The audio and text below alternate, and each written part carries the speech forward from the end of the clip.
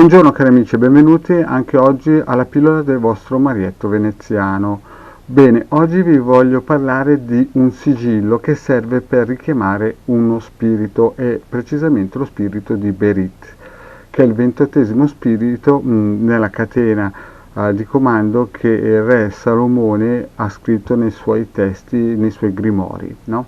Prima di tutto bisogna specificare una cosa: per poter richiamare questi geni, questi spiriti, bisogna essere dentro un cerchio magico operativo e chiaramente bisogna seguire le istruzioni dettate nei grimori dal re Salomone. Quindi oggi vi farò vedere il sigillo, però mi raccomando non pensate che si possa copiare, stampare e poi richiamare il genio, perché bisogna avere tutta l'attrezzatura che parte dalla spada, dal triangolo e da quant'altro, dalla veste, dal cerchio proprio, dal pugnale, dall'incenso e via dicendo. Quindi è chiaro che questa spiegazione che vi darò oggi in modo molto succinto serve solamente per spiegare che esistono questi sigilli praticamente operativi per l'operatore magico, per l'operatore che richiama Berit, ma che però da soli non fanno niente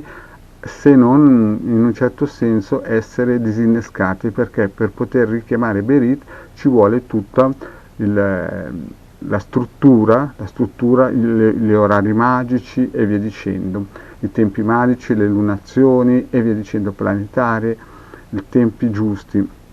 Quindi quello che vi sto per far vedere è solamente il sigillo in sé, il disegno in sé, e vi voglio spiegare la sua qualità di questo 28° spirito secondo l'ordine dettato da Salomone. È chiamato appunto Berit ed è un grande e terribile potente duca nella gerarchia dei geni salomonici. Quindi questo Berit possiede anche altri nomi che in tempi più avanti, più tardi di quando è stato fatto conoscere da Salomone, sono stati dati, cioè Baal e Bofri. Baal, Bofri o Berit è la stessa identica cosa. Come appare questo genio quando viene chiamato con questo sigillo? Col sigillo Berit, che è, vi ricordo, il 28° sigillo e quindi anche il 28° spirito. Appare in forma di soldato con una divisa rossa, e questo soldato con una divisa rossa cavalca un cavallo rosso e ha una corona d'oro in testa. Qual è la sua caratteristica di questo genio molto potente? Perché vi ho detto che appunto è un duca. La sua potenza di questo principe, di questo genio, è che può rispondere sul passato, il presente e il futuro delle persone, cioè praticamente usando questo sigillo gli si può imporre di rispondere esattamente alle domande che voi gli fate. In più lo spirito principe è lo spirito principe degli alchimisti e quindi è in grado di trasmutare anche tutti i metalli in oro, e se l'officiante vuole può imporre al Berit di dare un'alta carica e poteri alle persone tramite questo sigillo. Il Berit parla con voce chiara e sottile e governa ben 26 legioni di spiriti. E questo sigillo che vi faccio vedere è il sigillo per cui e con cui si può richiamare.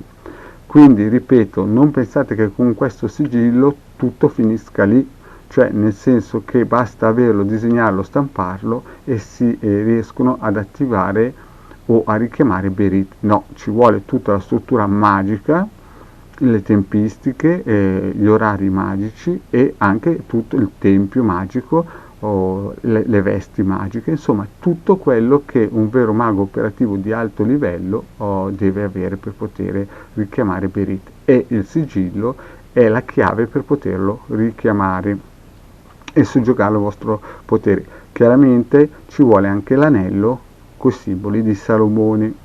Quindi vi metto in sovrappressione qua l'immagine di Berit, cioè del sigillo per richiamare Berit, ma ricordatevi che questo è solamente il sigillo per richiamarlo, ma non è praticamente l'unica cosa che serve per poter richiamare questo genio. Ci vuole tutta la struttura magica che un vero magico operatore deve avere per poter attivare questo genio. Bene cari amici, per oggi vi ho detto tutto. Per questa pillola va bene così, poi in futuro farò un'altra pillola in cui spiegherò che deve avere l'operatore in grandi linee, lo spiegherò chiaramente. Detto questo, cari amici, vi saluto, vi chiedo, se non vi siete ancora iscritti, di iscrivervi a questo social, gli indirizzi sono qui sotto, i link sono qui sotto in descrizione, iscrivetevi al canale di Hildegarda e di Marietto Veneziano. Grazie e alla prossima, ciao!